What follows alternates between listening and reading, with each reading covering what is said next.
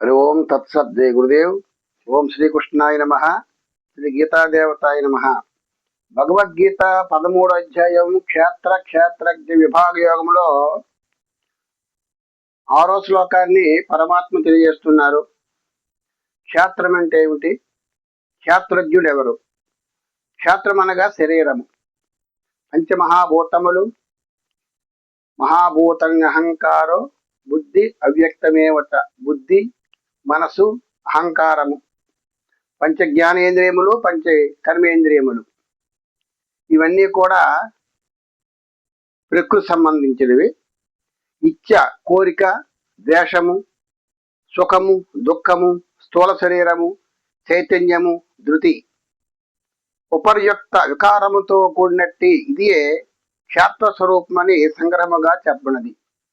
ఇచ్చా ద్వేష సుఖం దుఃఖం సంఘాతచేతనా ధృతి ఏతక్షేత్రం సమాసేన సవికారముదాహృతం.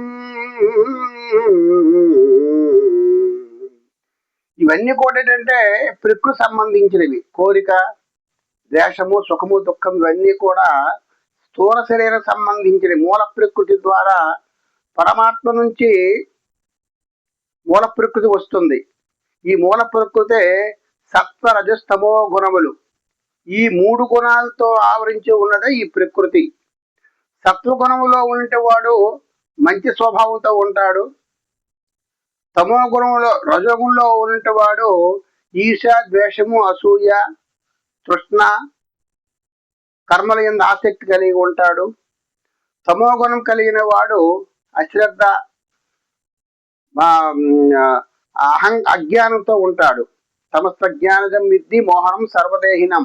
ఆ మోహంతో ఉంటాడు, ఆ ప్రమాదంలో ఉంటాడు, అశ్రద్ధతో ఉంటాడు, బద్ధకంతో ఉంటాడు ఈ తమో గుణం కలిగిన వాడు. ఇవన్నీ కూడా ఏంటంటే క్షేత్ర సంబంధించినవి. క్షేత్రజ్ఞుడు వీటికి అతీతంగా ఉంటాడు. క్షేత్రజ్ఞుడు దేవుడు. ఈ క్షేత్రంలో జరుగుతున్న ప్రతి విషయాలన్నీ కూడా ఈ క్షేత్రజ్ఞుడికి తెలుస్తుంది. జీవుడు తెలుస్తుంది. జీవుడికి మనసు అంటే తెలుస్తుంది, బుద్ధి అంటే తెలుస్తుంది, అహంకారం అంటే తెలుస్తుంది. ఈ 4టికి అహంకారం అంటే తెలుస్తుంది. మనం ఏంటంటే మనం జీవతత్వంలో ఉన్నాం కాబట్టి ఈ జీవుడు ప్రతిదీ కూడా గ్రహించాలి. ఏమిటి? కోరిక వస్తుంది. కోరిక వస్తుందంటే అది మనసులో సంకల్పం కలుగుతుంది. ఇచ్చా, ద్వేషము, సుఖము, దుఃఖం ఇవన్నీ కూడా మనసుకు సంబంధించినవి. మనసులో ఎటువంటి కోరికలు వస్తున్నాయో ఇవన్నీ కూడా జీవుడికి తెలుసు. కోరిక వస్తుంది, ద్వేషం వస్తుంది, సుఖం వస్తుంది, దుఃఖం వస్తుంది, ఇవన్నీ కూడా ధైర్యం వస్తుంది. ఇవన్నీ కూడా అంటే క్షేత్ర స్వరూపం సంబంధించినది. ఇవన్నిటి తెలుసుకునేవాడే క్షేత్రజ్ఞుడు, వాడే జీవుడు, వాడే ఆత్మస్వరూపుడు. కాబట్టి మనం మనలో ఉన్నటువంటి ద్వేషము కానీ, ఇచ్చి కానీ, కోరిక కానీ, సుఖ దుఃఖాలన్నీ కూడా సూక్ష్మ శరీరం సంబంధించినవి. మనకి 3 శరీరాలు ఉంటాయి. ఏంటంటే స్థూల శరీరము, సూక్ష్మ శరీరము, కారణ శరీరము. ఈ కారణ శరీరం వల్లే సూక్ష్మ శరీరము, స్థూల శరీరం వస్తూ ఉంటాయి.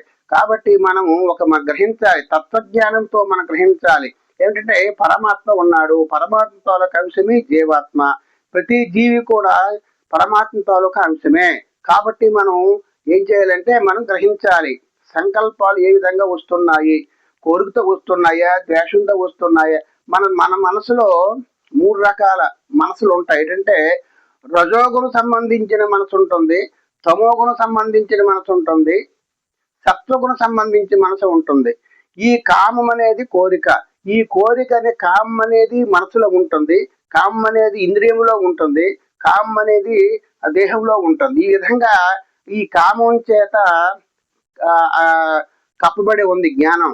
ఎవరికైతే కామం కానీ, కోరికలు కానీ, ద్వేషం ఎక్కువ ఉంటుందో అది అజ్ఞానం.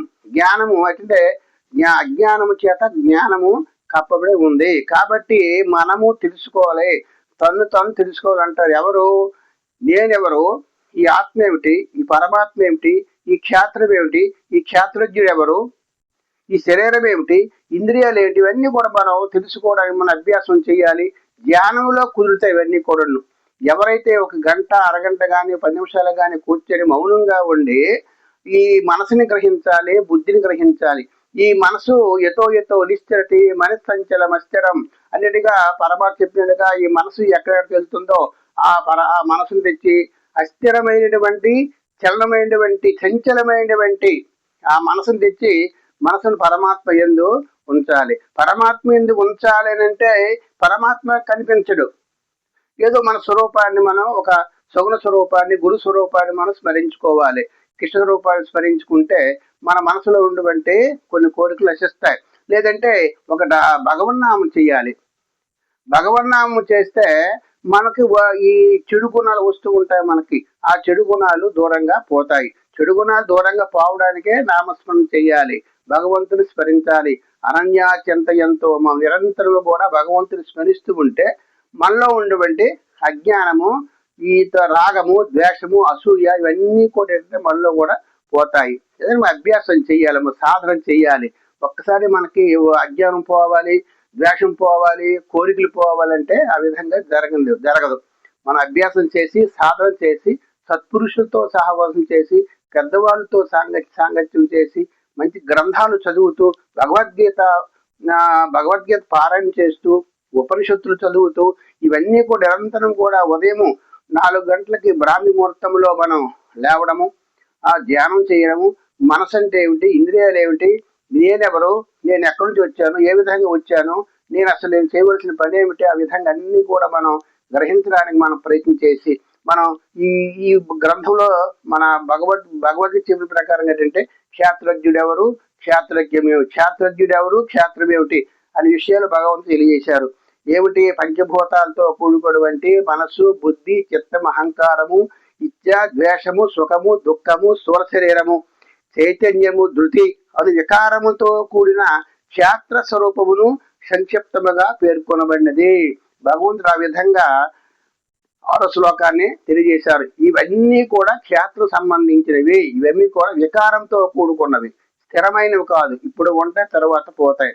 కాబట్టి ఇచ్చ గాని, ద్వేషము గాని, సుఖము గాని, దుఃఖము గాని ఇవన్నీ కూడా ఏంటంటే క్షణికంగా ఉంటాయి. ఒక క్షణం ఉంటే ఒక క్షణం పోతాయి. చంచలమైనవి అంటే స్వామి ఏం చెప్తే వికారముతో కూడుకున్నది. వికారము లేనిది ఆత్మ. పరమాత్మ ఒక్కటే వికారము లేదు. వికారములో కూడుకున్నవన్నీ కూడా శాశ్వతం కాదు.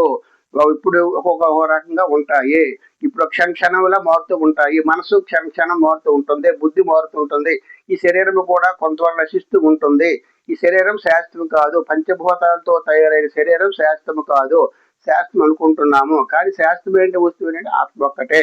ఆత్మ, ఈ శరీరం ఆత్మ పోయిందంటే ఇది శవమైపోతుంది. కాబట్టి ఈ ఆత్మ ఉన్నంత వరకే శరీరం ఉన్నటువంటి ఇంద్రియాలు పనిచేస్తాయి, మనసు పనిచేస్తుంది, మాట్లాడుతున్నాం, చూస్తా, వింటాం. ఆ విధంగా శాస్త్రమైన వస్తువు ఏది మనం గ్రహించి ఆ శాస్త్రమైన వస్తువునే మనం చేరుకోవడానికి మనం ప్రయత్నం చేయాలి. మనం తత్వజ్ఞానం తెలుసుకొని, తత్వాన్ని తెలుసుకొని, శరీరం ఏమిటి, ఇంద్రియాలు ఏంటి, మనసు ఏంటి తెలుసుకొని ఇది నిరంతరం కూడా సాధన చేస్తూ మనం మోక్ష మార్గానికి వెళ్ళాలని భగవంతుల అనుగ్రహం కలగాలి. భగవంతుడికి ప్రీతిపాత్రుడు మనం కావాలి. మనం భగవద్ధ్యానం చేస్తూ ఉంటే కొంతవరకు మనలో ఉండేటువంటి అజ్ఞానం నశించి జ్ఞానం ప్రకాశిస్తుంది. కాబట్టి మనం ఈ భగవద్గీతలో పరమాత్మ 6వ శ్లోకాన్ని తెలియజేయడం జరిగింది. హరి ఓం తత్సత్. జై గురుదేవ్. సర్వే జనా సుఖినో భవంతు. ఓం శాంతి శాంతి శాంతి.